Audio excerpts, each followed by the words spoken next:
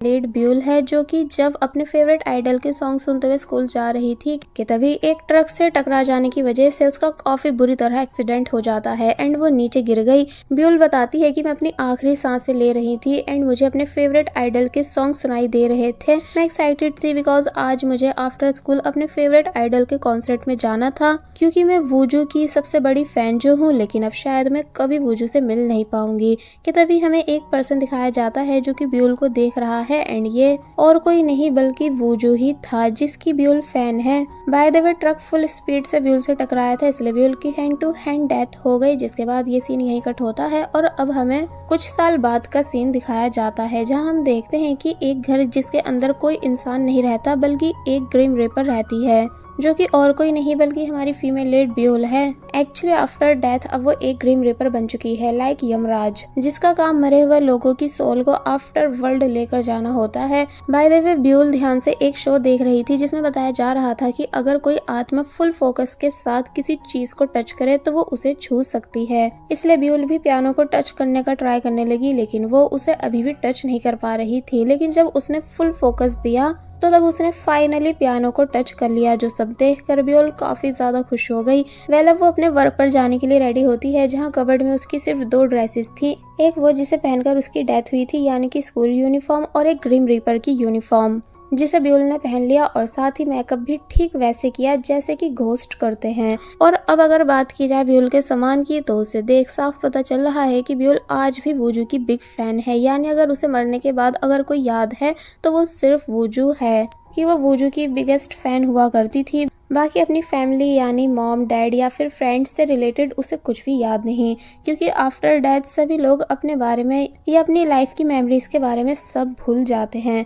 दिखाया जाता है कि ब्यूल के पास उसका एक डॉग भी है जो कि ब्यूल को देख सकता है, इसलिए ब्यूल के साथ उसके घर में ही रहता है। लेकिन ब्यूल डॉग से यहीं रुकने का कहती है और फिर तभी अपने काम पर चली गई। फिर जब वो जा रही थी तो तब रास्ते में उसे वूजू के कॉन्सर्ट का पोस्टर दिखता है, जिसे देखकर वो काफी ज्यादा खुश हो ही रही थी। लेकिन तभी ब्यूल को एम्बुलेंस दिखाई दी जिसके अंदर जो बच्ची है वो अपनी आखिरी सांसें ले रही है। इसलिए पहले तो ये देखकर ब्यूल को बिल्कुल अच्छा नहीं लगा, लेकिन मजबूरन ब्यूल को एम्बुलेंस के पीछे जाना पड़ा।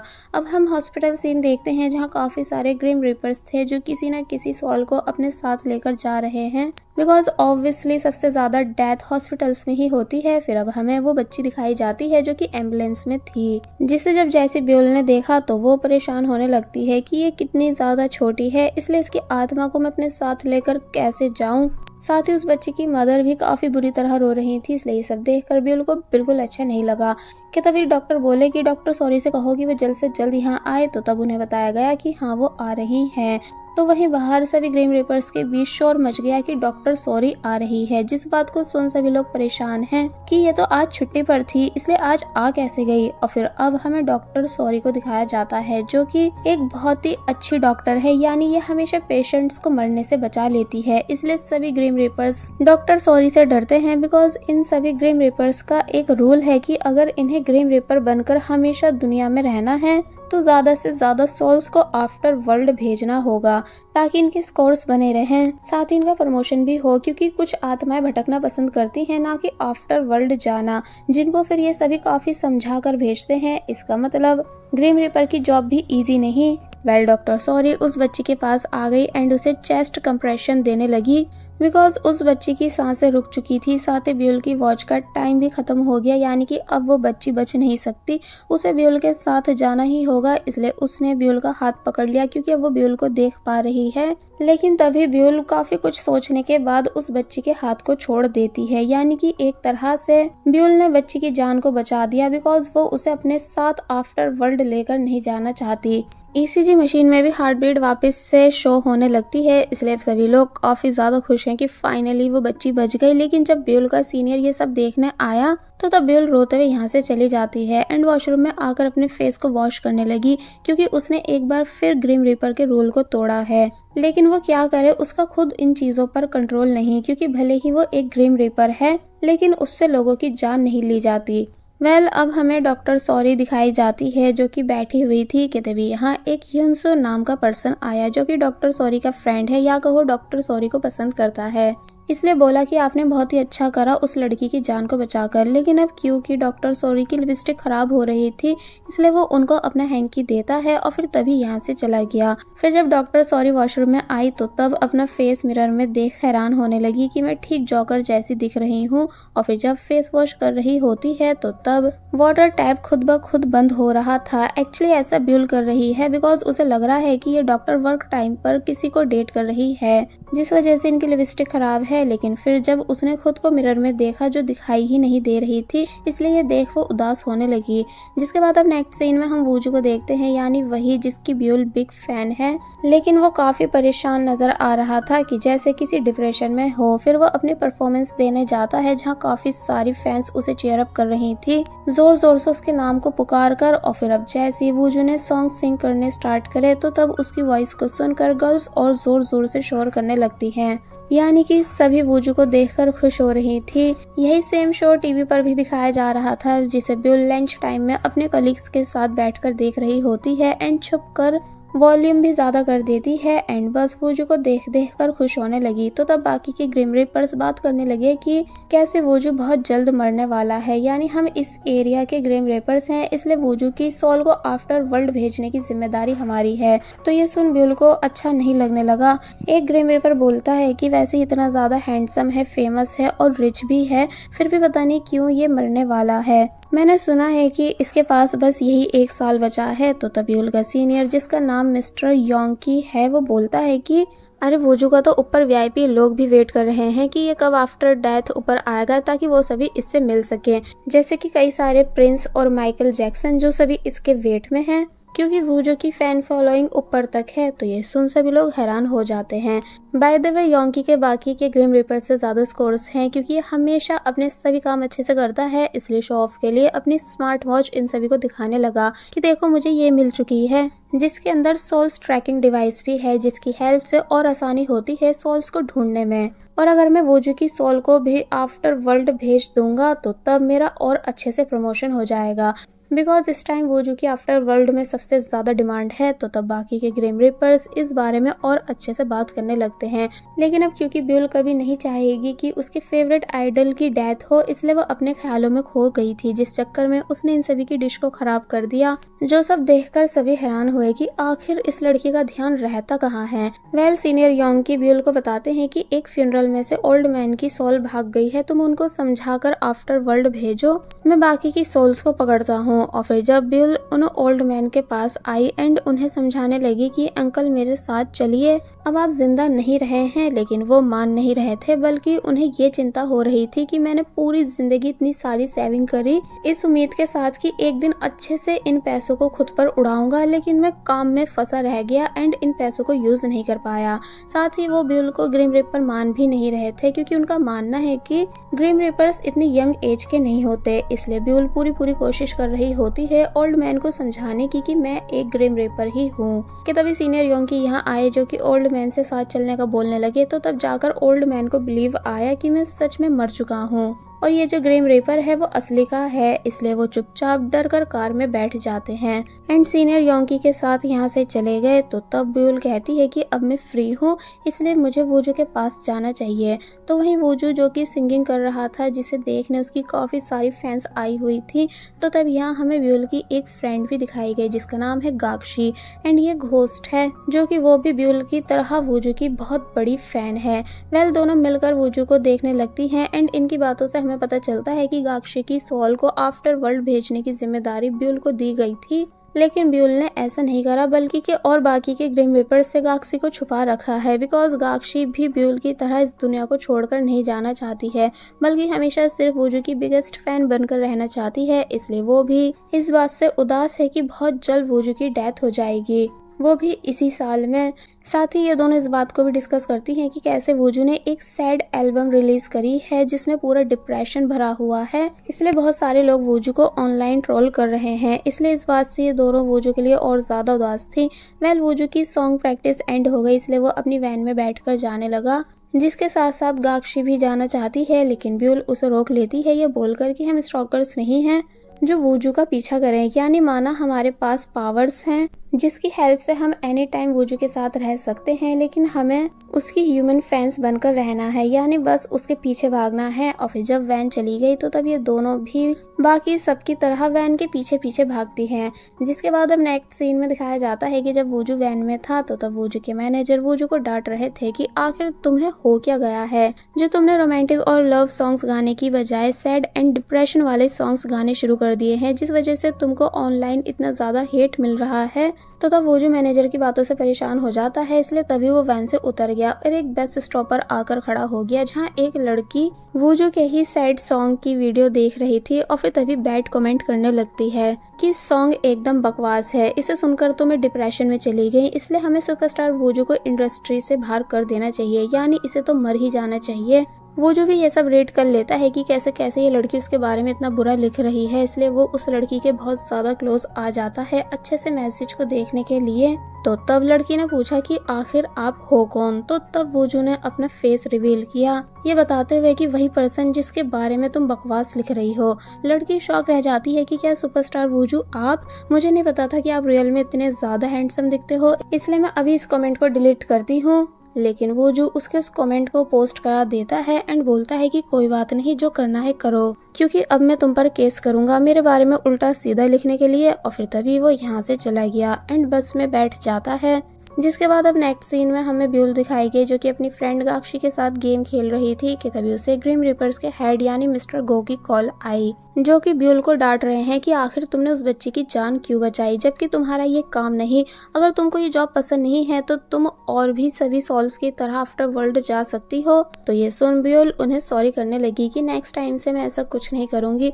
एंड साथ ही बोर्ड पर दिखाया भी जाता है कि कैसे ब्यूल ने आज तक एक भी सॉल को आफ्टर वर्ल्ड नहीं भेजा था। मिस्टर गो बोलते हैं कि तुम्हारे साथ जो सभी से छुप कर एनी टाइम एक लड़की की सॉल रहती है, तुम उसे समझाकर आफ्टर वर्ल्ड भेज सकती हो। अगर ग्रिम रीपर की जॉब पर बनी रहना चाहती हो तो तब ब्यूल कॉल कट करने के बाद गाक्षी से पूछती है कि क्या तुम्हें सच में यहाँ रहना है। तो तब गाक्षी को गुस्सा आ गया कि क्या तुम मुझे अपनी दोस्त नहीं मानती हो जो आफ्टर वर्ल्ड भेजने का कह रही हो, जब ये पता है ना अगर मैं चली गई तो तुम यहाँ अकेली पड़ जाओगी और फिर किससे बातें किया करोगी। ब्यूल गाक्षी को सॉरी करने लग जाती है, लेकिन गाक्षी मानती नहीं, बल्कि ये बोलते हुए गुस्से में यहाँ से जाने लगी कि जब तक मुझे मेरा सच्चा प्यार नहीं मिल जाएगा मैं कहीं नहीं जाऊंगी।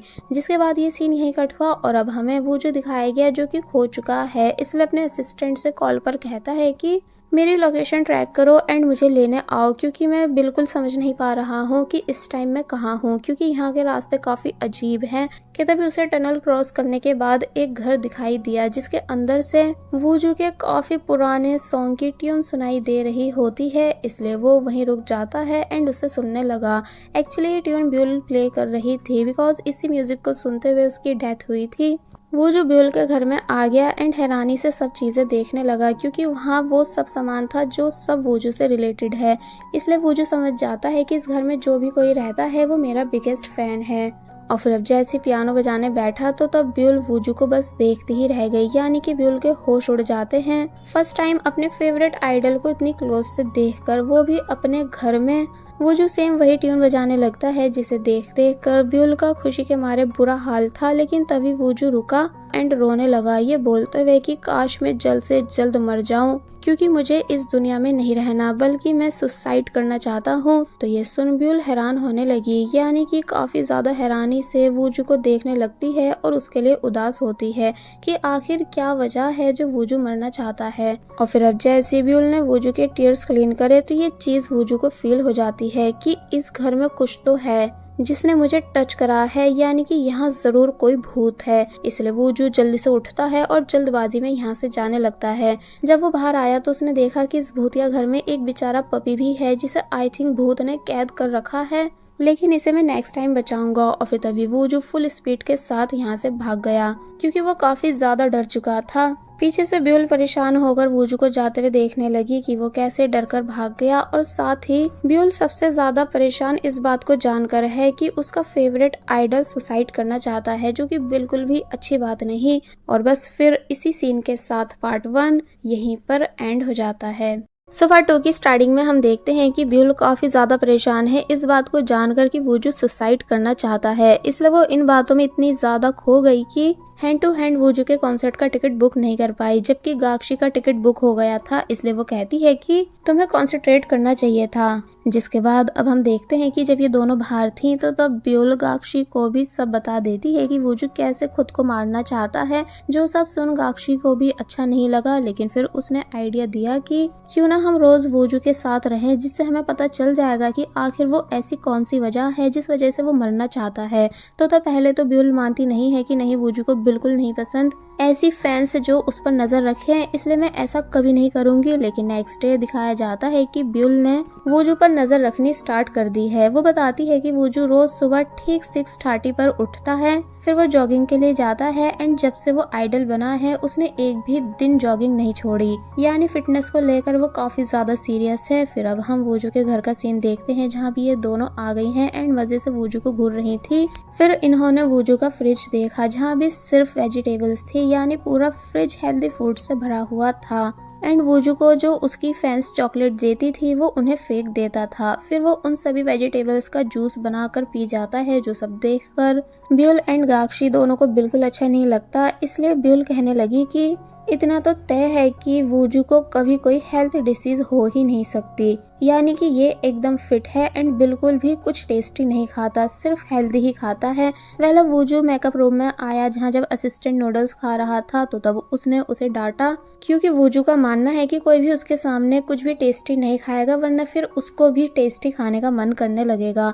असिस्टेंट पूछता है कि वैसे उन सभी स्कूल स्टूडेंट्स पर अभी भी चार्जेस लगाने हैं क्या जिन्होंने तुम्हारे बारे में बैड कमेंट्स लिखे थे। तो तब वूजू बोलता है कि हाँ, मैं किसी को भी छोड़ने वाला नहीं हूँ, इसलिए सभी पर चार्जेस लगवाओ। तो तब ब्यूल एंड गाक्षी ये दोनों भी गुस्से से कहने लग जाती हैं कि क्या ये कोई पूछने वाली बात है, हमारा बस चले तो हम उन सभी एंटी फैंस को नर्क में भेजते हैं। वेल वूजू बात लेने जाने लगता है अपने कपड़ों को उतारते हुए, तो तब उसकी बॉडी को देखकर गाक्षी भी पीछे पीछे जाने लगी, लेकिन ब्यूल ने उसे रोक लिया कि हमें बाउंड्रीज को क्रॉस नहीं करना है। गाक्षी बोली कि पर मैं तो बस इसलिए जा रही थी कि कहीं वूजू के पैर के नीचे सोप नहीं आ जाए एंड वो कहीं गलती से नीचे गिर नहीं जाए। तो तब ब्यूल ने समझाया कि देखो प्लीज बात को समझो, हमें अपनी पावर्स का गलत इस्तेमाल नहीं करना, हम उसके आसपास रह रहे हैं, यही बहुत बड़ी बात है। तो तब जाकर गाक्षी मान जाती है, यानी कि रुक गई।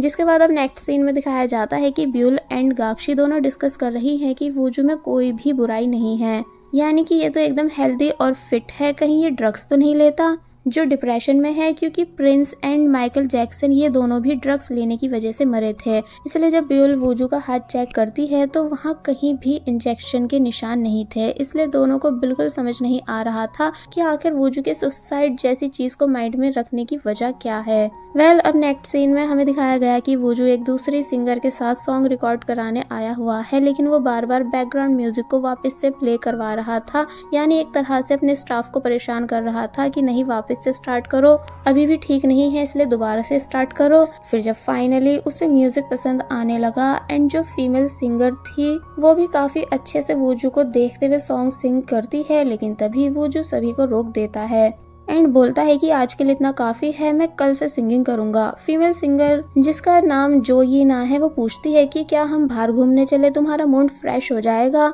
लेकिन वूजू उसे काफी रूड वे में साफ मना कर देता है। और जब जाने लगा तो तब बाहर उसे मैनेजर मिले जो कि समझाते हैं कि तुम ऐसा कैसे कर सकते हो, कम से कम 1-2 लाइंस तो सिंग कर लेते। तो तब वूजू कहता है कि नहीं आज मन नहीं है। और जब दूसरे रूम में आया तो तब मैनेजर उससे कहने लगे कि तुमको कम से कम जाने से पहले पूरे स्टाफ को उनके हार्ड वर्क के लिए थैंक्स करना चाहिए, लेकिन वूजू तब भी किसी को थैंक्स नहीं करता, बल्कि बोला कि मैं आपको दूसरा सॉन्ग लिख कर दूंगा, ये वाला बेकार है। और जब चला गया तो तब ब्यूल मैनेजर के पास आकर कहने लगी कि आप दिन रात वूजू से इतना ज्यादा काम कराते हो, इसलिए वो चिड़चिड़ा बन चुका है। जोई ना वूजू की कंप्लेंट करने आती है तो तब गाक्षी उसे उल्टा सीधा बकने लगी कि देखो तो वैसे तो ये मेरे वूजू पर लाइन मारती रहती है और अब देखो तो पीछे कैसे उसकी इतनी बुराई कर रही है। तो तब ब्यूल गाक्षी को चलने का कहती है। गाक्षी कहने लगी कि वैसे वूजू कभी कभी थोड़ा सा जर्क बन तो जाता है। तो तब ब्यूल बोली कि चुप, ऐसा कुछ भी नहीं है, बल्कि मेरा वूजू तो ठीक एक छोटे बेबी की तरह चाइल्डिश है। वेल सीन कट होता है और अब हम रात का सीन देखते हैं कि कैसे गाक्षी वूजू के बेड पर एंजॉय कर रही है, तो वहीं ब्यूल वूजू और उसकी मॉम की साथ वाली फोटोज को देख देख कर खुश हो रही थी कि वूजू बचपन में और भी ज्यादा क्यूट दिखता था। लेकिन वहीं वूजू कॉल पर डॉक्टर सॉरी से बात कर रहा होता है क्योंकि वो उसकी पर्सनल डॉक्टर है, जिस बारे में जब ब्यूल एंड गाक्षी को पता चला कि वूजू कॉल पर लड़की से बात कर रहा है, इसलिए दोनों जल्दी से उसके पीछे जाने लगी बातें सुनने के लिए। डॉक्टर सॉरी वूजू को समझाती है कि तुम्हें स्लीपिंग पिल्स लेना छोड़ देना चाहिए एंड कोई पेट रख लेना चाहिए जिसके साथ तुम्हारा टाइम पास हो सके और तुम्हारा मन लग सके, जिस वजह से फिर तुम्हें बैड ड्रीम्स भी नहीं आएंगे। तो तब वूजू कहता है कि नहीं, मैं ऐसे ही ठीक हूँ। डॉक्टर सॉरी कहने लगी कि वैसे पता नहीं तुम कैसे इतने बड़े घर में अकेले रह लेते हो, पक्का तुम्हारे आसपास भूत होंगे। तो तब वूजू डॉक्टर सॉरी की बात पर हंसता है एंड जब उसने कॉल कट कर दी तो पता चला कि सच में वूजू के आसपास 2 भूत हैं, जो कि और कोई नहीं बल्कि गाक्षी एंड ब्यूल ये दोनों हैं। बाय द वे वूजू ने स्लीपिंग पिल खा ली एंड वो सोने जाने लगा, लेकिन जब वो जा ही रहा था कि तभी पिल्स का बॉक्स ब्यूल से नीचे गिर जाता है, जिसे वूजू हैरानी से मुड़कर देखने लगा कि भला ये खुद ब खुद गिर कैसे गया।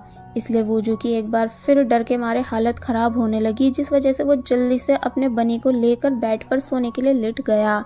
लेकिन दिखाया जाता है कि यहाँ भी ब्यूल एंड गाक्षी ये दोनों उसका पीछा नहीं छोड़ती एंड जब वूजू को बैड ड्रीम्स आ रहे थे लोगों के टॉक्सिक कमेंट्स की वजह से, तो तब ब्यूल उसके फोरहेड पर कुछ करती है, जिस वजह से वो फाइनली चैन की नींद सो पाया एंड वूजू को रिलैक्स देखकर ब्यूल भी चैन की सांस लेती है। इसलिए वो वापस अपने घर आ गई सोने के लिए, जहाँ उसकी ब्लैंकेट भी वूजू के फोटो वाली है एंड पिलो पर भी वूजू की फोटो प्रिंट थी। फिर वो सोचने लगी कि सबसे ज्यादा दुख मुझे ये देखकर हुआ कि आज वूजू ने पूरे दिन में एक भी बार स्माइल नहीं करी। इसका मतलब उसकी लाइफ में खुशियां नहीं, काश मैं उसके लिए कुछ कर पाऊं जिस वजह से वो हमेशा हैप्पी रहे। कि तभी सीन कट होता है और अब मॉर्निंग का सीन दिखाया जाता है कि कैसे वूजू अभी तक सो रहा है। तो वहीं ब्यूल जब उस प्लेस आई जहाँ रोज सुबह वूजू जॉगिंग करने आता है, लेकिन आज वो यहाँ नहीं था, इसलिए ब्यूल शॉक रह जाती है कि आज वूजू जॉगिंग पर क्यों नहीं आया। फिर अब हमें वूजू के असिस्टेंट एंड मेकअप गर्ल को दिखाया जाता है, जो कि दोनों मिलकर वूजू का मंगाया हुआ फूड बाय कर रहे हैं। और फिर अब दिखाया गया कि आज वूजू ने कितना सारा अनहेल्दी फूड खाया, यानी कि जंक फूड, जबकि पहले वो ऐसा कभी कुछ नहीं करता था। इसलिए इतने सालों के बाद ये चीजें टेस्ट करके उसे खुशी मिली, लेकिन बाकी सब उसके इस चेंजिंग बिहेवियर को देखकर हैरान हो रहे होते हैं कि आखिर वूजू को हो क्या गया है। स्पेशली ब्यूल, जो कि बुरी तरह शॉक है। वूजू असिस्टेंट से बोलता है कि मेरे जितने भी ऑनलाइन हेटर्स हैं उन पर अब मैं केस नहीं करना चाहता और ना ही फाइन लगाना चाहता हूँ, बल्कि एज ए पनिशमेंट उन सभी से बस वॉलंटियर का वर्क कराना चाहता हूँ। तो ये सुन ब्यूल और ज्यादा हैरान हो जाती है। असिस्टेंट कहता है कि ठीक है, आप जैसा बोलोगे मैं वैसा कर दूंगा। तो ये सुन आज जब जैसी वूजू ने फर्स्ट टाइम फाइनली अपने असिस्टेंट को थैंक्स करा, तो ये सुन सभी और ज्यादा शॉक रह गए कि क्या वूजू थैंक्स बोल रहा है। इसलिए असिस्टेंट की आंखों में आंसू तक आ जाते हैं एंड वो कहने लगा कि मैं पूरे 7 साल से आपके साथ वर्क कर रहा हूँ, लेकिन आपने आज तक मुझे थैंक्स नहीं बोला था, लेकिन अचानक आप इतने बदल कैसे गए? क्या आप मरने वाले हो? यानी आपका इरादा हमें छोड़कर जाने का तो नहीं है? तो ये सुन वूजू तो उसकी बातों पर हंसने लगता है, लेकिन ब्यूल सीरियस हो गई कि हाँ वाकई में कहीं ये बात सच तो नहीं है जो आज वूजू इतना स्ट्रेंज बिहेव कर रहा है। कि तभी ब्यूल को मिस्टर गो की कॉल आई, इसलिए वो उनसे बात करने उनके ऑफिस आ गई, जहाँ मिस्टर गो यही सब पूछ रहे हैं कि तुम एनी टाइम वूजू का पीछा क्यों कर रही हो जबकि तुम्हें अपने काम पर फोकस देना चाहिए। तो तब ब्यूल मिस्टर गो से रिक्वेस्ट करने लगी कि आप प्लीज वूजू को मारो मत, अगर वो मर गया तो मैं भी जी नहीं पाऊंगी, यानी मैं भी मर जाऊंगी। तो तब वो उसे याद दिलाते हैं कि तुम ऑलरेडी मर चुकी हो। ब्यूल कहती है कि लेकिन वूजू को खाता पीता देखकर मुझे ऐसा एहसास होता है जैसे मैं भी जिंदा हूँ, क्योंकि अगर मरने के बाद मुझे कोई याद है तो वो सिर्फ वूजू है। लेकिन मिस्टर गो उसकी एक नहीं सुनते, इसलिए ब्यूल गुस्से में यहाँ से चली गई, जिसको जाता देख सभी लोग हैरान हैं एंड सोचने लगे कि आखिर ब्यूल चाहती क्या है। और बस फिर इसी सीन के साथ पार्ट 2 यहीं पर एंड हो जाता है।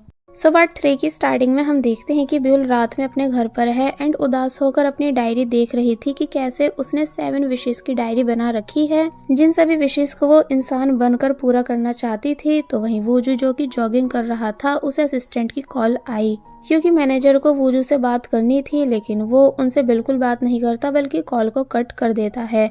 असिस्टेंट मैनेजर को समझाने लगा कि हमें वूजू को थोड़ा रिलैक्स भी करने देना चाहिए कि तभी रेस्टोरेंट के ऑनर बाहर आए और पूछने लगे कि क्या वूजू नहीं आ रहा। असिस्टेंट बताता है कि नहीं, तो ये सुन वो उदास हो गए। एक ड्राइवर जो कि ड्रंक है वो जा रहा होता है, तो तब उससे रेस्टोरेंट के ऑनर ने काफी पूछा भी कि क्या तुम ड्राइव कर लोगे, क्योंकि तुम ऐसी कंडीशन में नहीं हो, इसलिए किसी और को ड्राइव के लिए बुला लो। तो तब वो ड्राइवर बोला कि नहीं, मैं बिल्कुल ठीक हूँ, क्योंकि मैंने ज्यादा थोड़ी पी है, और फिर तभी वो यहाँ से चला गया। दूसरी तरफ ब्यूल जो कि अभी भी उदास बैठी हुई थी कि तभी उसे एहसास हुआ कि जैसे कोई तो है जो बाहर आया है। बाय द वे ये और कोई नहीं बल्कि वूजू होता है, जो कि फुल हिम्मत करने के बाद इस जगह वापस आया था सिर्फ पपी की जान बचाने, क्योंकि वूजू को लगता है कि इस पपी को यहाँ किसी बुरी आत्मा ने कैद कर रखा है। इसलिए जब वो पपी को उठाकर भाग गया तो तब ये सब देखकर ब्यूल शॉक हो जाती है कि क्या सुपरस्टार वूजू चोरी कर रहे हैं। इसलिए वो जल्दी से बाहर आती है एंड वूजू का पीछा करने लगती है। वूजू वैसे तो काफी बुरी तरह डरा हुआ था, इसलिए बार बार पीछे मुड़कर देख रहा था कि कहीं वो भूत उसका पीछा तो नहीं कर रहा, लेकिन रुकता भी नहीं, यानी कि पपी को लेकर बस भागता ही जाता है कि तभी ब्यूल की वॉच जो कि घर में है उसमें वूजू की डेथ का टाइमर सेट हो जाता है। इसका मतलब वूजू की डेथ होने वाली है। दूसरी तरफ हमें वही ड्राइवर दिखाया जाता है जो कि बुरी तरह ड्रंक है, तो वहीं ब्यूल अभी तक वूजू का पीछा कर रही होती है, यानी कि ये दोनों बस भागते ही जाते हैं एंड काफी दूर आ जाते हैं। लेकिन तभी वूजू गलती से ट्रक के सामने आ गया, जिसे देखकर वो बुरी तरह शॉक है एंड ये वही ट्रक है जिसके अंदर एक ड्रंक ड्राइवर है। ब्यूल के भी होश उड़ जाते हैं इस नज़ारे को देखकर कि क्या वूजू का एक्सीडेंट होने वाला है एंड अब क्योंकि ब्यूल वूजू को मरते हुए कभी नहीं देख सकती, इसलिए उसने जोर से वूजू को पुश करा, जिस वजह से वो साइड में गिर गया एंड ट्रक ब्यूल के अंदर से होता हुआ चला गया एंड सामने दीवार से टकरा जाता है, यानी ट्रक ड्राइवर का काफी बुरी तरह एक्सीडेंट हुआ। वूजू साइड में गिरकर बेहोश हो चुका था, लेकिन ब्यूल बहुत ही ज्यादा परेशान थी क्योंकि वो एक बार फिर ग्रीम रीपर के रूल को तोड़ चुकी थी कि तभी हम योंगी की कार को देखते हैं, जिसे भी पता चल चुका है कि वूजू का टाइम खत्म हो चुका है। इसलिए योंगी खुश है वूजू की सोल को अपने साथ लेकर जाने के लिए। नेक्स्ट सीन में हमें दिखाया जाता है कि योंगी खुशी खुशी एक सोल को वूजू की सोल समझकर अपने साथ आफ्टर वर्ल्ड लेकर जा रहा था एंड बताता है कि मैं आपका बिग फैन हूँ, इसलिए मुझे यकीन नहीं आ रहा है कि आप मेरे साथ मेरी कार में बैठे हो। वैसे तो मुझे ऐसे मौके पर हंसना नहीं चाहिए, पर मैं क्या करूं, मैं खुद को काफी ज्यादा लकी मान रहा हूं कि मैं आप जैसी वीआईपी सोल को अपने साथ आफ्टर वर्ल्ड लेकर जा रहा हूं। ये मेरे लिए बहुत ही प्राउड की बात है। काश आपके फेस पर चोटें नहीं लगी होती तो मैं आपके साथ सेल्फी भी ले पाता। कि तभी वो सोल जो कि वूजू की नहीं है बल्कि ड्रंक ड्राइवर की है, वो वॉमिट करने लगी। तो तब योंगी बोला कि अरे नहीं प्लीज ऐसा मत करिए, पर चलिए कोई नहीं, मैं आपके फैन होने के नाते सब क्लीन कर दूंगा, बस मुझे आफ्टर वर्ल्ड जाकर भूल मत जाना। कि तभी सीन कट हुआ एंड अब हमें दिखाया गया कि मिस्टर गो बहुत ही ज्यादा गुस्से में है, क्योंकि उन्हें ऊपर से कंप्लेंट आ चुकी है कि कैसे उनके ग्रीम रेपर्स ने काम खराब कर दिया है, यानी एक ने वूजू की जान को बचा लिया तो वहीं दूसरे ने गलत सोल को आफ्टर वर्ल्ड छोड़ दिया। इसलिए मिस्टर गो ने योंगी को काफी ज्यादा डांटा कि क्या तुम नॉर्थ कोरिया से हो जो साउथ कोरिया के ग्रीम रिपर्स का नाम मिट्टी में मिला रहे हो, यानी तुम बिना फेस चेक करे एंड बिना आईडी चेक करे किसी दूसरी सोल को आफ्टर वर्ल्ड छोड़कर आ कैसे सकते हो? क्या तुम्हारा इरादा मेरी कंपनी को बंद कराने का है? योंगी नॉन स्टॉप सॉरी करने लगता है कि वो नेक्स्ट टाइम कभी ऐसी गलती नहीं करेगा, लेकिन मिस्टर गो उसकी एक नहीं सुनते बल्कि मार मार कर उसे अपने ऑफिस से भगा देते हैं। जिसके बाद जब ब्यूल यहाँ आई तो तब पहले तो मिस्टर गो ने अपने गुस्से पर कंट्रोल किया, फिर वो ब्यूल से बोले कि चलो बाहर चलकर बात करते हैं। जिसके बाद अब हम देखते हैं कि मिस्टर गो ब्यूल को काफी चीजें याद दिलाने के बाद उसे जॉब से निकाल देते हैं, क्योंकि आज तक ब्यूल ने एक भी बार ग्रीम रिपर की जॉब को सही से नहीं करा। तो ये सुन ब्यूल उदास हो गई एंड बोलने लगी कि मेरे पास और कोई रास्ता नहीं था वूजू की जान बचाने के अलावा। लेकिन रही बात ड्राइवर की, तो उनकी डेथ तो तब भी होती क्योंकि वो ड्रंक थे एंड दीवार से टकराते ही मिस्टर गो बोलने लगे कि लेकिन तब भी तुम्हारा काम लोगों की जान बचाने का नहीं है, इसलिए मैं तुम्हें काम पर वापस नहीं रख सकता हूँ। कि तभी सीन चेंज होता है एंड अब हमें दिखाया जाता है कि ब्यूल कैसे अपनी स्कूल यूनिफॉर्म देख रही है और फिर तभी उसने उस यूनिफॉर्म को पहन लिया एंड दोबारा से मिस्टर गो की बातों को याद करने लगी कि कैसे मिस्टर गो ने सभी डोर एंड विंडो क्लोज कराने के बाद मुझसे सीक्रेट कन्वर्सेशन करी थी और वो ये कि उन्होंने ब्यूल को बताया कि वो वापस से इंसान बन सकती है, क्योंकि मिस्टर गो को अच्छे से पता है कि ब्यूल का कितना ज्यादा मन है वापस से इंसान बनने का एंड वूजू के साथ रहने का। ब्यूल शॉक रह जाती है कि क्या सच में ऐसा होना पॉसिबल है, तो तब वो कहते हैं कि हाँ, क्योंकि एक दो बारी ऐसा हो चुका है कि लोग मरने के बाद भी वापस जिंदा हुए हों। तुम्हें बस फुल फोकस देना होगा और फिर तुम ठीक उसी दिन वाले टाइम पर ठीक उसी कार से टकराकर वापस से इंसान बन जाओगी। बट कुछ परमिशंस चाहिए होंगी जो सब मैं तुम्हें दे दूंगा, लेकिन याद रहे कि अगर तुम्हारी 7 विशेस कंप्लीट हो गई तो तुम वापस से मर जाओगी। एंड रही बात वूजू की, तो उसको अगर तुमने फर्स्ट स्नो होने से पहले मरने से बचा लिया तो वो भी हमेशा के लिए जिंदा रह पाएगा। तो तब ब्यूल खुश हो जाती है इन सभी बातों को सुनकर। मिस्टर गो ब्यूल को एक स्मार्ट वॉच देते हैं जैसे कि योंकी को प्रमोशन होने पर मिली थी, एंड साथ ही उन्होंने ब्यूल को गुड लक भी करा, ये बताकर कि मैं तुम्हारे लिए बस इतना ही कर सकता था, बाकी आगे का तुमको संभालना होगा। ब्यूल उन्हें दिल से थैंक्स करती है और फिर तभी बाहर आकर अपनी बाईसाइकिल पर बैठ गई क्योंकि वो रेडी है जाने के लिए। दूसरी तरफ हमें वूजू दिखाया जाता है जो कि अपने वैन में था और कहीं जा रहा था, तो वहीं दूसरी साइड से ब्यूल ठीक टाइम पर सेम वही म्यूजिक सुनते हुए उसी जगह आ गई जहां उसका एक्सीडेंट हुआ था। और फिर जब जैसी उसने वैन देखी तो तब वो खुद से जानबूझकर उससे टकरा जाती है, एंड जैसी वो ठीक टाइम पर टकराई के तभी वो विजिबल हो गई एंड उसका एक बार फिर काफी बुरी तरह एक्सीडेंट हुआ। वूजू एंड वूजू का असिस्टेंट दोनों काफी बुरी तरह शॉक रह जाते हैं इस नज़ारे को देखकर कि आखिर उन्होंने किसे हिट कर दिया है। तो वहीं ब्यूल पूरी खुशी के साथ पीछे गिर रही होती है क्योंकि वो फाइनली वापस से ह्यूमन बॉडी में आ चुकी है एंड विजिबल हो चुकी है, इसलिए बहुत ही ज्यादा खुश है। साथ ही उसके हाथ पर 7 स्टार्स भी आ गए जो सब ब्यूल की विशेष थी। वो जो जल्दी से वैन से बाहर आता है एंड ब्यूल को देखने लगा, एंड ये सेम वही सीन था जो एपिसोड 1 की स्टार्टिंग में हमें दिखाया गया था कि कैसे वूजू ब्यूल को देखने आया था। ब्यूल भी वूजू को देखकर स्माइल कर रही होती है और फिर तभी वो बेहोश हो गई, जिसके बाद अब हमें मिस्टर गो दिखाए गए जो कि आराम से बैठकर टी पी रहे थे क्योंकि उनको पता चल चुका है कि ब्यूल वापस से जिंदा हो चुकी है, इसलिए वो कुछ सोचने लग जाते हैं। जिसके बाद अब नेक्स्ट सीन में हमें दिखाया जाता है कि एम्बुलेंस ब्यूल को अपने साथ लेकर जा रही है जहां ब्यूल के साथ युनसू है, यानी वही जो डॉक्टर सोरी को पसंद करता है। फिर जब ब्यूल हॉस्पिटल में आ गई तो तब डॉक्टर सोरी भी ब्यूल के पास थी क्योंकि वो ब्यूल का ट्रीटमेंट करने वाली हैं कि तभी सीन वापस से कट हुआ और अब हमें उसी बच्ची को हॉस्पिटल में दिखाया गया जिसकी ब्यूल ने जान बचाई थी। एक्चुअली इस बच्ची को ब्यूल का फेस अभी तक याद है, इसलिए वो ब्यूल को देखकर डर रही थी। ब्यूल फाइनली अपनी आईज ओपन करती है एंड खुद को फील करने लग जाती है कि अब वो कैसे वापस से जिंदा हो चुकी है एंड उसे अपनी बॉडी वापस मिल चुकी है, यानी कि ये कोई सपना नहीं, इसलिए वो बहुत ही ज्यादा खुश है वापस से इंसान बनकर। तो वहीं हमें युनसो दिखाया गया जो कि डॉक्टर सोरी के साथ ब्यूल से मिलने जा रहा है, लेकिन काफी स्ट्रेंज बिहेव कर रहा था कि जैसे वो ब्यूल को देखने के बाद हैरान हो या जैसे कि वो उसे जानता है। डॉक्टर सोरी पूछती भी है कि क्या तुम इस लड़की को जानते हो, लेकिन फिलहाल वो इस बात का कोई जवाब नहीं देता। और फिर जब जैसे ये दोनों ब्यूल के रूम में आए तो पता चला कि वो यहाँ से गायब है। एक्चुअली ब्यूल की वॉच में एक बार फिर वूजू की डेथ का टाइमर स्टार्ट हो चुका था, इसलिए ब्यूल वूजू को बचाने के लिए भाग रही है।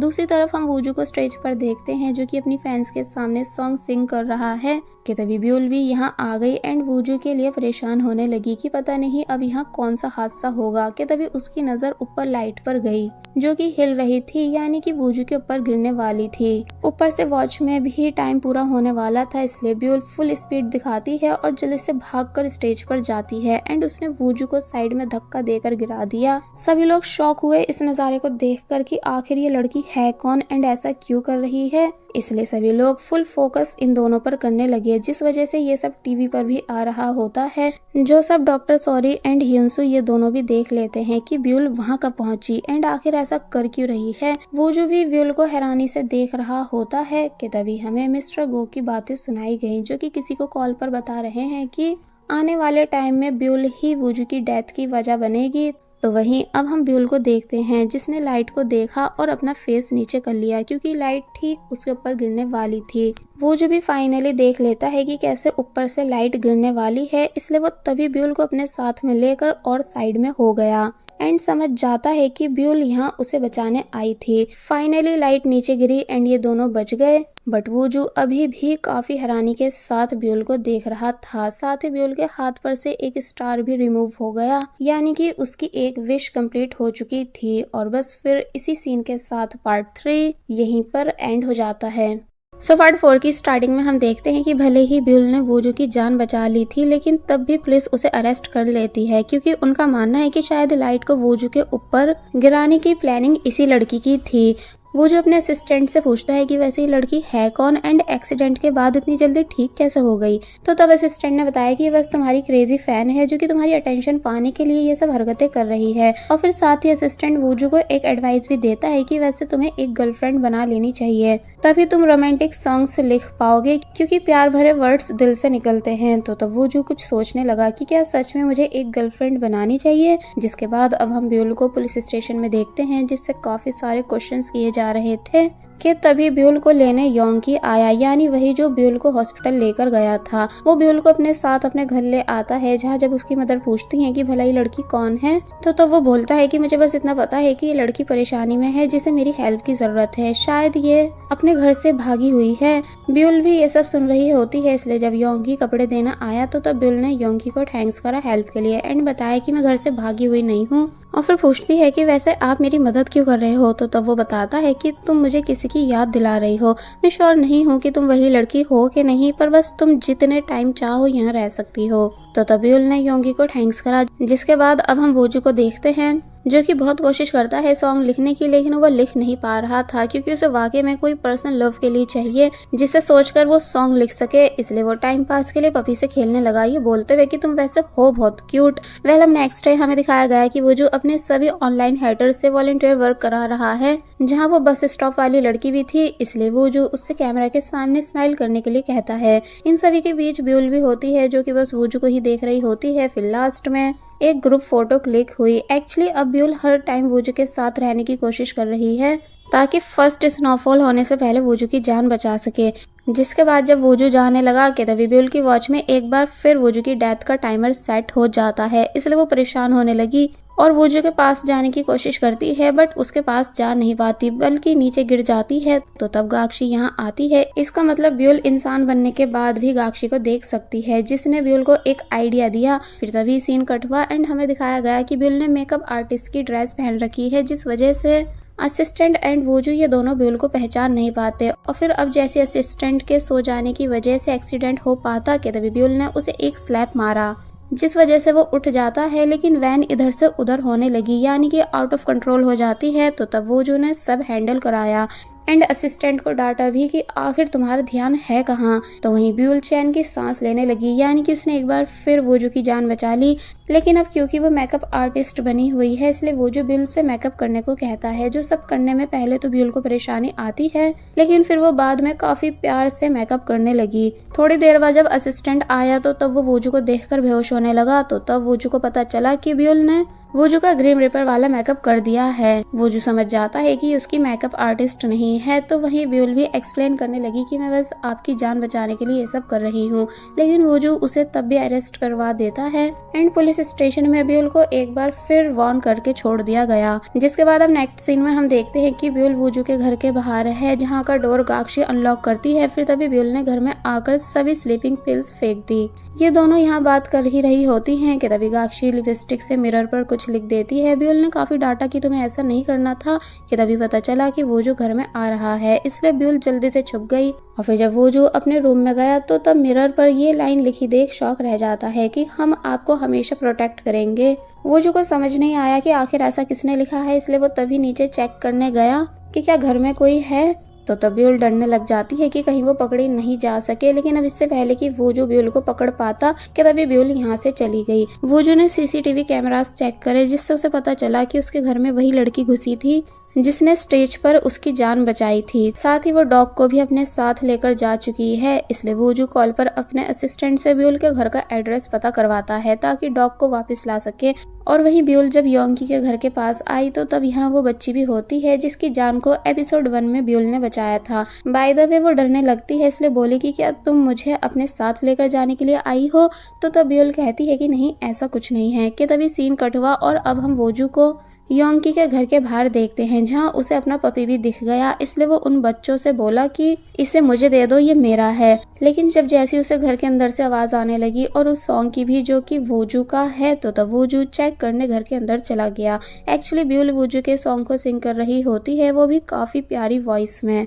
वो जो ब्यूल को देख लेता है एंड आज फर्स्ट टाइम उसे ब्यूल अच्छी लगी अपना गाना गाते हुए देखकर। इसलिए कहता है कि ये तो मेरी फर्स्ट एल्बम का फर्स्ट सॉन्ग है जिसे ज्यादा लोग नहीं जानते, इसका मतलब तुम सच में मेरी बिगेस्ट फैन हो। ब्यूल के होश उड़ जाते हैं वूजू को घर में देखकर। तो वहीं वो बच्ची भी सरप्राइज थी, इसलिए वूजू से उसका ऑटोग्राफ मांगने लगी। वूजू ऑटोग्राफ दे देता है तो तब वो यहाँ से चली गई। तो तब वूजू ब्यूल के पास आया एंड ये फर्स्ट टाइम है जो इस टाइम वूजू ब्यूल से गुस्सा नजर नहीं आ रहा है। वो पूछता है कि तुमने मेरे डॉग को क्यों चुराया। तो तब ब्यूल बताती है कि डॉग मैंने नहीं चुराया बल्कि आपने चुराया था। वूजू हंसने लगा और बोला कि इसका मतलब तुमने मुझ पर काफी टाइम से नजर रखी हुई है। तो तब ब्यूल एक्सप्लेन करने लगी कि हाँ, एंड ये सब मैं इसलिए कर रही हूँ क्योंकि मुझे बस आपकी जान को बचाना है, इसलिए प्लीज आप मुझे फर्स्ट स्नो होने से पहले अपने साथ रहने दो। वो जो कहता है कि क्या तुम फॉर्च्यून टेलर हो जो ये सब जानती हो एंड तुम्हें क्या मैं मरूं या फिर जीऊं। कि तभी उसे असिस्टेंट की बात याद आने लगी कि उसे डेटिंग का ट्राई करना चाहिए। इसलिए वो जो ब्यूल के पास बैठ जाता है एंड पूछता है कि क्या हम कल बाहर चल सकते हैं। ब्यूल के होश उड़ गए इस बात को सुनकर, इसलिए ऑब्वियसली उसने हाँ कर दी। जिसके बाद ये सीन यही कट हुआ और अब हमें ब्यूल को गाक्षी के साथ दिखाया गया। गाक्षी कहती है कि तुम काफी ज्यादा लकी हो, लेकिन क्या ऐसे जाओगी, यानी क्या तुम्हारे पास कुछ पैसे हैं नए कपड़े बाय करने के लिए। तो तब ब्यूल याद करने लगती है कि जब वो उन ओल्ड मैन की सोल को लेने गई थी तो वो अपनी बैंक बुक उसके ही पास छोड़ गए थे। फिर अब दिखाया जाता है कि चेक करने पर इन दोनों को पता चला कि उस बुक में बहुत ही सारे पैसे हैं। फिर बस होना क्या था, दोनों शॉपिंग करना स्टार्ट कर देती है एंड यहाँ इन्होंने बहुत कुछ बाय करा। ब्यूल को वूजू के साथ पहनने के लिए एक ड्रेस भी काफी पसंद आ गई जिसमें अब वो पहले से डिफरेंट दिख रही है। फिर जब वूजू ब्यूल को लेने आया तो तब वो भी नोटिस करता है कि आज ये अलग दिख रही है। ब्यूल कार में बैठती है जहाँ वूजू उससे उसका नाम पूछता है। तो तब ब्यूल ने ओल्ड मैन के नेम को ही अपना नेम बता दिया। वूजू कहता है कि बहुत ही अजीब नाम है। फिर पूछने लगा कि तुम्हें कहाँ चलना है। ब्यूल बोली अम्यूजमेंट पार्क। तो तब वूजू पहले तो जाने से मना करने लगा, लेकिन जब ब्यूल कहती है कि क्यों, क्या आप डरते हो, तो तब वूजू मजबूरन अम्यूजमेंट पार्क आने के लिए मान जाता है। लेकिन यहाँ आकर उसकी जो हालत हुई वो देखने लायक थी। यानी बेचारे वूजू का काफी बुरा हाल हो चुका था क्योंकि उसे राइड्स से डर जो लगता है, लेकिन ब्यूल सभी राइड्स को एंजॉय कर रही थी, इसलिए फोटो भी क्लिक कर लेती है। वूजू पूछता है कि अब कहाँ। तो तब ब्यूल बोले कि अब हम बच्चों वाली राइड्स में जाएंगे ताकि आपको डर नहीं लगे। और फिर तभी वो दोनों एक सिंपल राइड में बैठ गए जहाँ वूजू ब्यूल को खुश देखकर खुश है। गलती से इन दोनों के हाथ टच हो जाते हैं तो तब ब्यूल ने अपने हाथ को पीछे कर लिया, बट वूजू तब भी ब्यूल के हाथ को पकड़ लेता है।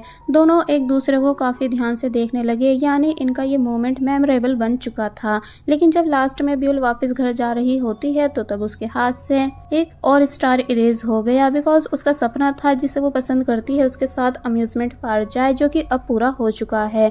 जिसके बाद अब हम देखते हैं कि वूजू सॉन्ग लिख रहा है एंड अब वो प्यारी प्यारी लाइंस बना भी पा रहा था। इसलिए ब्यूल से कल भी मिलने का कहता है। तो तब वो बोली कि मेरी साइड से ट्रीट होगी। इसलिए जब वूजू ब्यूल की बताई लोकेशन पर आया तो तब वो हैरान रह गया इतनी सारी डिशेस को देखकर जो सब ब्यूल ने ऑर्डर कर रखी हैं। ब्यूल का खाना खाते टाइम फेस गंदा हो गया तो तब वूजू ने उसे टिश्यू पेपर दिया। ब्यूल को समझ नहीं आया कि किस साइड से क्लीन करना है, तो तब वूजू खुद से ब्यूल के फेस को क्लीन कर देता है। ब्यूल को ये सब इतना अच्छा लगा कि वो उस टिश्यू को फेंकती ही नहीं बल्कि याद के लिए अपने पास अपने बैग में संभाल कर रख लेती है। जिसके बाद अब हम इन दोनों को गेम खेलते हुए देखते हैं जहां ब्यूल को लॉकेट चाहिए, लेकिन लाख कोशिश करने के बाद भी वूजू लॉकेट को विन नहीं कर पा रहा था। कि तभी फिर से वूजू की डेथ का टाइमर सेट हुआ एंड ब्यूल ने नोटिस करा कि ऊपर से बोर्ड वूजू पर गिरने वाला है, इसलिए वो वूजू से चलने का बोलती है। वूजू मान नहीं रहा था तो तब उसने खुद से एक बनी विन कर लिया और फिर तभी वूजू का हाथ पकड़कर अपने साथ उसे यहाँ से ले गई।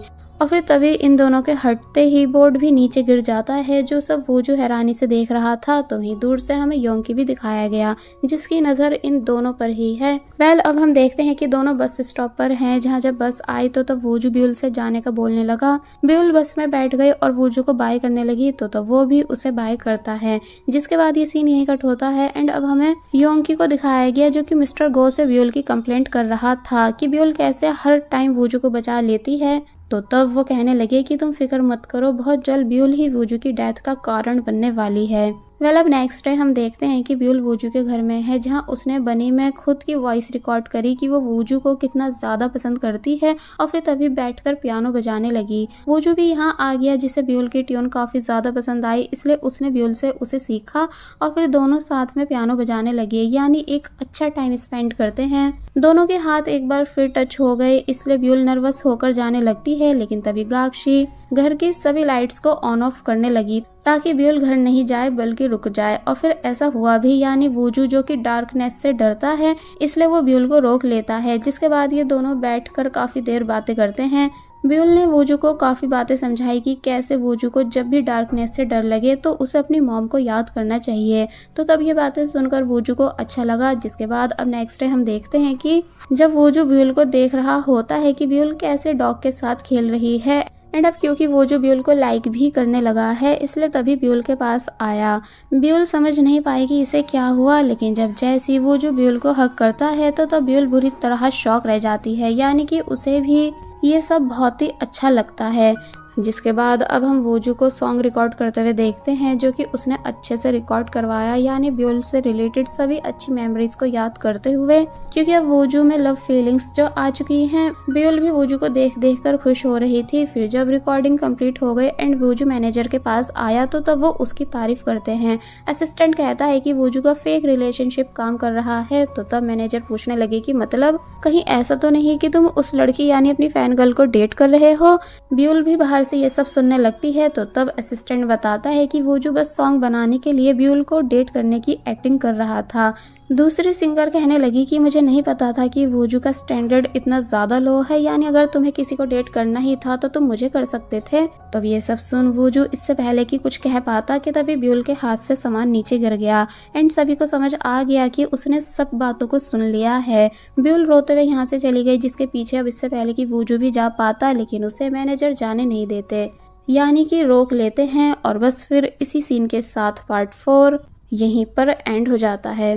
अभी तक हमने देखा कि ब्यूल ने सभी बातों को सुन लिया था कि कैसे वूजू ने ब्यूल के साथ फेक रिलेशनशिप रखा, इसलिए वो यहाँ से चली गई, जिसके पीछे वूजू जा रहा था, लेकिन मैनेजर उसे जाने नहीं देते, ये कहकर कि जाने दो उसे, अब वो तुम्हारे किसी काम की नहीं रही। तो तब वूजू पीछे गया एंड पूरा सॉन्ग डिलीट कर देता है जो भी उसने रिकॉर्ड करा था, और फिर तभी यहाँ से चला गया। ब्यूल बस स्टॉप पर होती है, जिससे वूजू ने आकर सॉरी करा एंड बताया कि हाँ पहले मैं तुम्हारे साथ इसलिए था ताकि डेटिंग का ट्राई कर सकूं, यानी एक तरह से मैंने तुम्हारा यूज करा, लेकिन मेरी जो अब वाली फीलिंग्स हैं वो एकदम ट्रू है, यानी कि मैं तुम्हें सच में काफ़ी ज़्यादा लाइक करने लगा हूँ। और फिर जब जैसे वूजू ब्यूल को किस करने के लिए आगे होने लगता है कि तभी ब्यूल को याद आया कि फर्स्ट किस भी मेरी एक विश है, जिसको अगर मैंने पूरा कर दिया तो एक और स्टार कम हो जाएगा, इसलिए वो तभी यहाँ से भाग गई। वूजू समझ नहीं पाता कि आखिर ब्यूल ऐसा क्यों कर रही है, और फिर तभी बस चली गई एंड वूजू वापस घर आ गया, जहाँ आकर वो काफ़ी ज़्यादा एम्बैरेसिंग फील कर रहा है कि शायद आज मैंने कुछ ज़्यादा ही जल्दबाजी कर दी, लेकिन मुझे लगा था कि ब्यूल भी मुझे पसंद करती है। और फिर जब बनी से बात कर रहा होता है तो तब बनी के अंदर से ब्यूल की रिकॉर्डिंग प्ले हो गई कि वो वूजू को कितना ज़्यादा लाइक करता है, एंड यही सेम वॉइस वूजू के पुराने वाले बनी में भी थी, जो कि वूजू को उसकी फर्स्ट फैन गर्ल ने दिया था। इसलिए नेक्स्ट डे वूजू अपने असिस्टेंट से उस लेटर को ढूंढने के लिए कहता है, जो कि उसे उसकी फर्स्ट फैन गर्ल ने दिया था, वो भी काफ़ी टाइम पहले विद बनी। तो तब असिस्टेंट कहता है कि ओ अच्छा, तो तुम्हें वो लेटर अभी तक याद है, ठीक है मैं तुम्हारे लिए उसे ढूंढ दूंगा। जिसके बाद अब नेक्स्ट डे हम ब्यूल को रिकॉर्डिंग रूम में देखते हैं, जो कि वूजू के बोलने पर यहाँ आई है, बिकॉज वूजू चाहता है कि उसका न्यू सॉन्ग ब्यूल की वॉइस के साथ लॉन्च हो। बाकी सब परेशान थे क्योंकि उन्हें लग रहा है कि ब्यूल को गाना नहीं आता, लेकिन सिर्फ वूजू को ब्यूल पर पूरा बिलीव था। इसलिए जब जैसे ब्यूल ने सॉन्ग सिंग करना स्टार्ट करा तो तब सब उसे सुनकर काफी ज्यादा बुरी तरह शॉक रह गए। यानी कि कहने लगते हैं कि ब्यूल की वॉइस कितनी प्यारी है। ब्यूल सॉन्ग सिंग करते टाइम वूजू से रिलेटेड अब तक की सभी मेमोरीज याद करती है, जिसको वूजू भी खुश होकर देख रहा है। लेकिन तभी अचानक उसे अपना एक्सीडेंट वाला दिन भी याद आने लगा कि जब उसका एक्सीडेंट हुआ था तो तब वहाँ पर ह्यूनसो यानी वही जिसके घर में इस टाइम ब्यूल रह रही है, वो ब्यूल को देखने आया था। यानी कि ब्यूल का एक्सीडेंट ह्यूनसू नहीं करा था। इसलिए सब याद करके वो काफी बुरी तरह शॉक खड़ी रह गई। सीन कट होता है और अब हम गाक्षी एंड ब्यूल को बात करते हुए देखते हैं, जहां ब्यूल सब बता रही है कि कैसे एक्सीडेंट वाले दिन ह्यूनसू भी वहीं था और फिर कहने लगी कि मैं जब से इंसान बनी हूँ मैं बस हर टाइम वूजू के ही बारे में सोचती रहती हूँ, जबकि मुझे ये तक नहीं पता है कि आखिर मेरा रियल नेम है क्या। यानी मुझे तो अपनी कोई भी मेमोरी याद नहीं। तो तब गाक्षी ब्यूल को हिम्मत देने लगी कि तुम फिक्र मत करो, सब ठीक हो जाएगा। जिसके बाद अब नेक्स्ट सीन में हमें ह्यूनसू को दिखाया गया जो कि हॉस्पिटल में एक लेडी से मिलने आया है, जो कि कौन है भी बताया नहीं गया है, लेकिन ह्यूनसू काफी सालों से उनका ख्याल रख रहा है। वेल अब हम ब्यूल को देखते हैं जिसे वूजू ने मैसेज करा एंड पूछा कि तुम क्या कर रही हो। तो तब ब्यूल वूजू से ठीक से बात नहीं कर रही थी। वूजू मजाक मजाक में कह देता है कि अगर तुम्हें मुझसे बात नहीं करनी है तो मुझको मेरा मोबाइल वापस कर देना, क्योंकि ब्यूल को वो मोबाइल वूजू ने ही गिफ्ट करा था। तो तब ब्यूल कहती है कि हाँ ठीक है, मैं कल तुम्हारे मैनेजर को तुम्हारा मोबाइल दे जाऊंगी। वूजू मैसेज देखकर हंसने लगा और कहता है कि जरा देखो तो इस लड़की को, ये मुझे ऐसे एटीट्यूड दिखा रही है कि जैसे कि मुझ में इंटरेस्टेड नहीं हो, यानी कि सच में ये मुझे रिजेक्ट कर रही है, इसे सबक सिखाना पड़ेगा। वेल अब नेक्स्ट सीन में हम ह्यूनसू एंड ब्यूल दोनों को आमने सामने देखते हैं, जहां ब्यूल कहती है कि आप मुझे पहचान गए थे है ना, कि मैं कौन हूँ, और फिर एक ही साथ काफी सारे क्वेश्चंस करने लगी कि आपने मेरा एक्सीडेंट क्यों करा था, गलती से करा होगा है ना, क्योंकि आप तो एक बहुत ही अच्छे इंसान हो।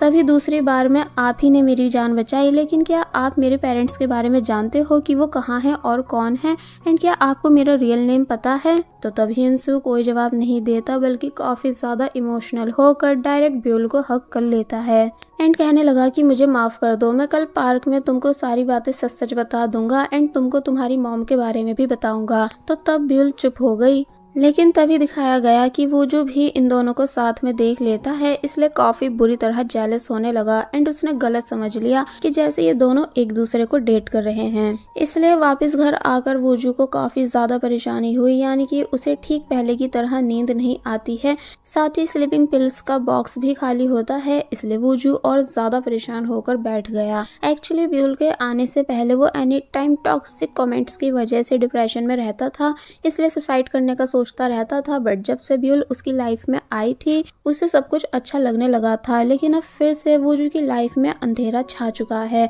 क्योंकि उसे लग रहा है कि ब्यूल उसे पसंद नहीं करती और उससे दूर जा चुकी है। जिसके बाद अब हम नेक्स्ट डे देखते हैं कि वूजू किसी रेडियो शो में आया हुआ है, जहां उससे उसके सॉन्ग के बारे में बात की जा रही थी, क्योंकि जो सॉन्ग उसने ब्यूल के साथ सिंग करा है वो काफी ज्यादा वायरल जा चुका था। कि तभी उसे ब्यूल दिखी, जो कि मोबाइल रिटर्न करने आई है और फिर बिना वूजू से मिलकर यहाँ से चली जाती है। वूजू ने बीच में ही शो रोका एंड जल्दी से असिस्टेंट के पास आया ये पूछने की क्या ब्यूल मेरे बारे में कुछ कहकर गई है या मेरे बारे में पूछ रही थी। तो तब असिस्टेंट कहता है कि नहीं, वो बस ये मोबाइल वापस करके गई है।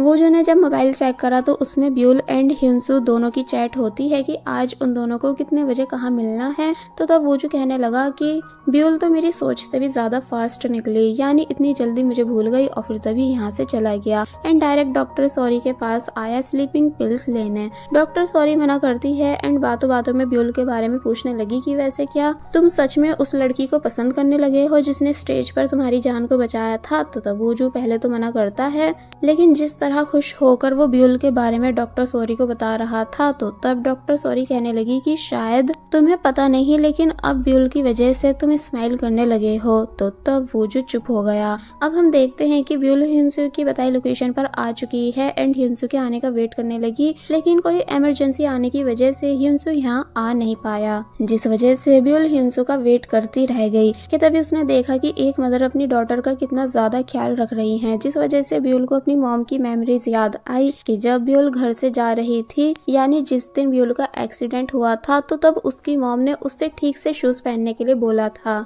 लेकिन ब्यूल ने शूज सही से पहने नहीं थे, इसलिए ये सब बातें याद करके ब्यूल और ज्यादा इमोशनल हो जाती है।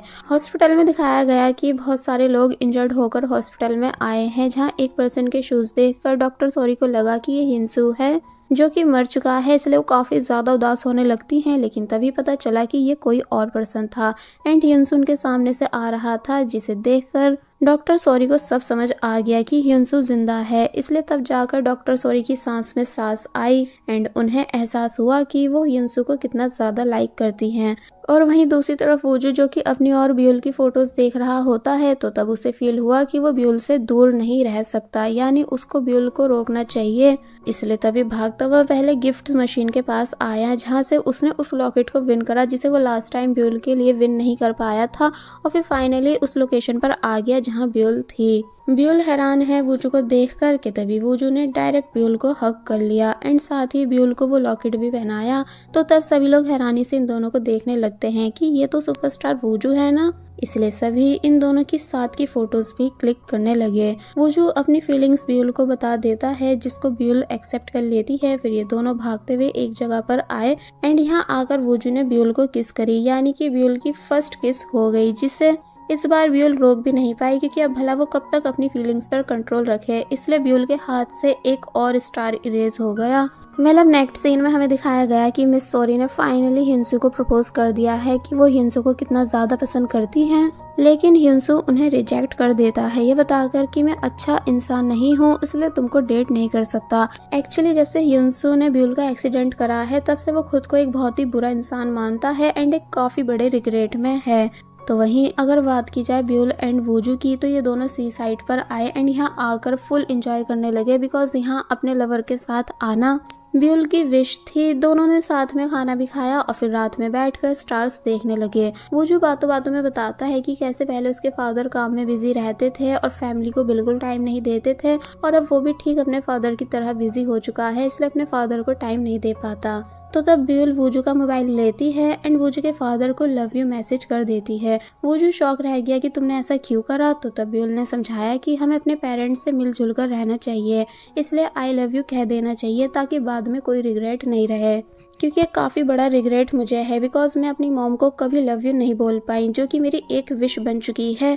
कि तभी वूजू के फादर का I love you too message आता है, जिसे देखकर ये दोनों खुश हो जाते हैं। तो वहीं दूसरी तरफ वूजू के फादर भी काफ़ी ज़्यादा खुश हैं, जो कि और कोई नहीं बल्कि उसी रेस्टोरेंट के ऑनर हैं, जो कि अक्सर असिस्टेंट से वूजू के बारे में पूछते रहते थे।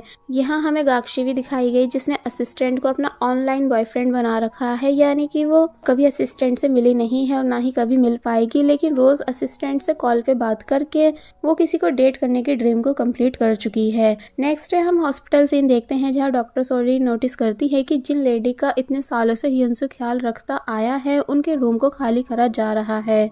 एक्चुअली अब उन लेडी के पास काफ़ी कम टाइम बचा है, इसलिए उनके बचने के चांसेस नहीं। लेकिन जब उन लेडी के सामान में डॉक्टर सॉरी ने ब्यूल की फोटो देखी, तो तब वो शॉक रह गई एंड समझ गई कि इतने सालों से हिंसू जिन लेडी का ख्याल रखता आ रहा है, वो और कोई नहीं बल्कि ब्यूल की मदर हैं। इसलिए डॉक्टर सॉरी ये सभी बातें वूजू को बता देती है कि जिस लड़की ने तुम्हें स्टेज पर बचाया था, उसकी मॉम हॉस्पिटल में है। तो तब ब्यूल भागती हुई वूजू के साथ हॉस्पिटल आई।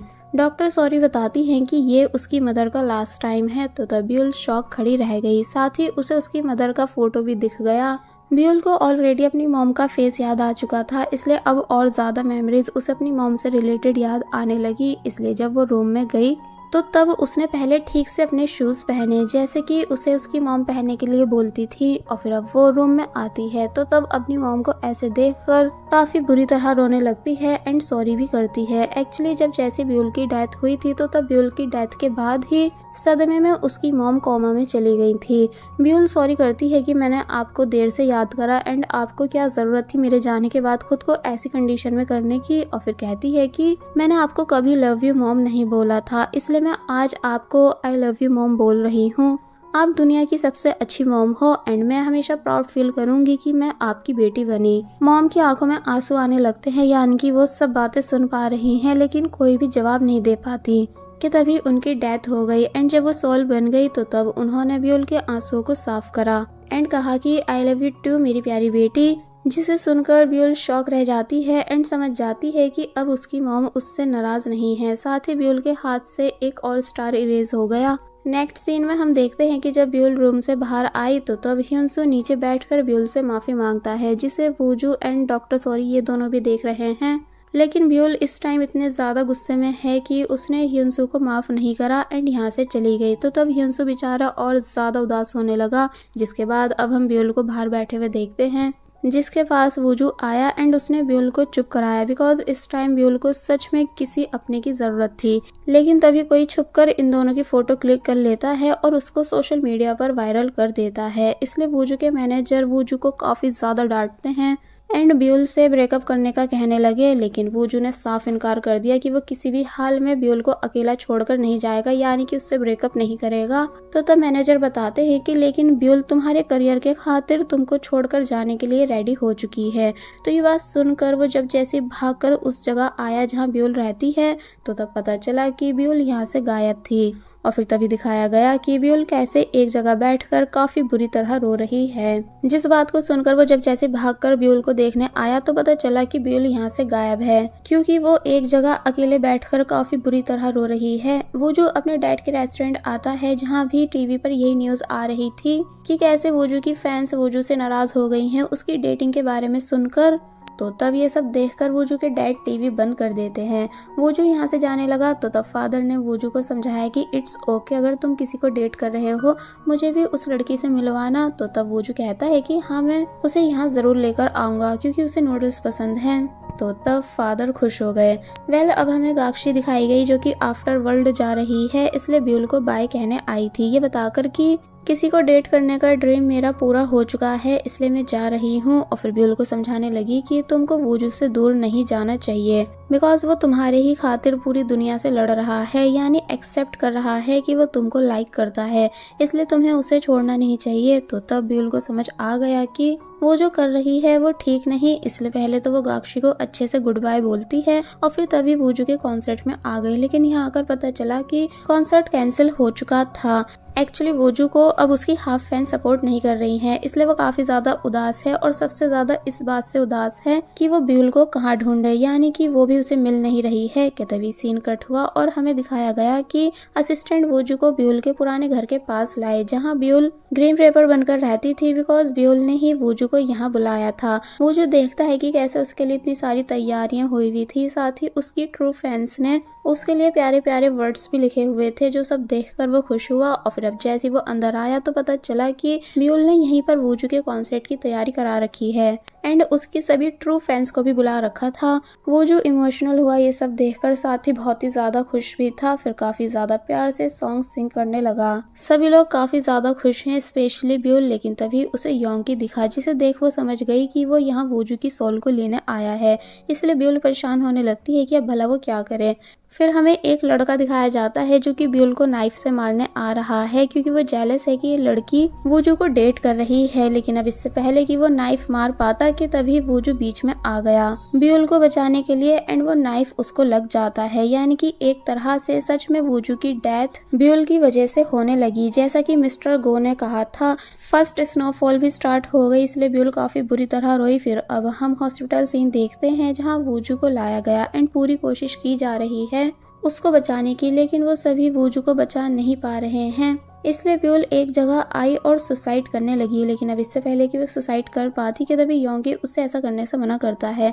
ब्यूल रिक्वेस्ट करने लगती है कि प्लीज मेरी हेल्प करवा दो, क्योंकि मैंने भी तो तुम्हारी हेल्प करवाई थी, यानी तुम्हारी बेटी को बचाया था। तो तब योंगी शॉक रह गया ये बात जानकर कि ब्यूल को पता था कि वो लड़की उसकी बेटी है।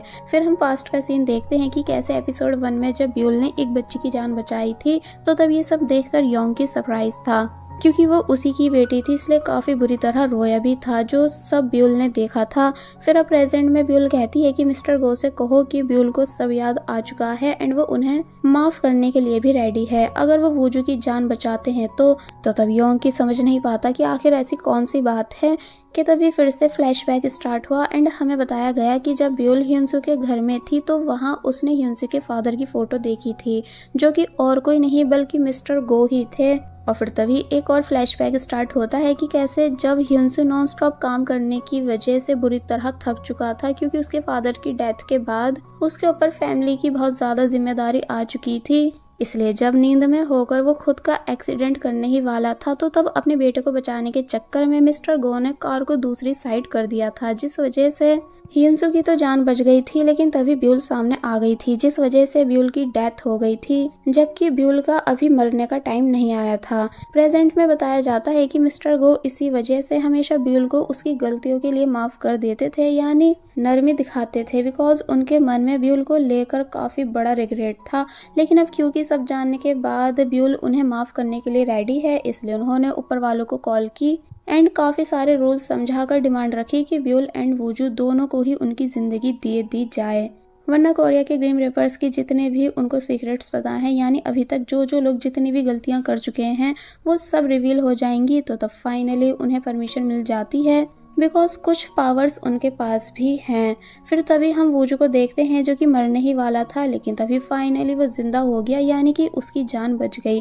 सीन कट हुआ और अब हम नेक्स्ट डे देखते हैं कि जब वूजू हॉस्पिटल में था एंड उसे होश आया, तो तब ब्यूल ने खुशी में उसे हग कर लिया। हॉस्पिटल के बाहर हम हिंसू को देखते हैं, जिसको भी ब्यूल माफ कर चुकी है, इसलिए वो विदाउट रिग्रेट रेडी है डॉक्टर सॉरी को डेट करने के लिए। तो ये सुन वो भी काफी ज्यादा खुश हुई। स्टोरी थोड़े दिन आगे हुई और अब हम देखते हैं कि कैसे वूजू ब्यूल को शादी के लिए प्रपोज कर रहा है। तो तब ब्यूल बहुत ही ज्यादा इमोशनल होकर वूजू के पास आ रही थी। फिर वूजू ने बैठकर ब्यूल को एक लेटर पढ़ के सुनाया, जो कि उसे उसकी फर्स्ट फैन गर्ल ने दिया था, जो कि और कोई नहीं बल्कि ब्यूल ही थी। इसलिए ब्यूल हंसने लग जाती है लेटर में लिखी हुई अपनी बातों को सुनकर। साथ ही वूजू से उस लेटर को वापस भी मांग रही होती है, लेकिन वूजू उसे वो देता नहीं है।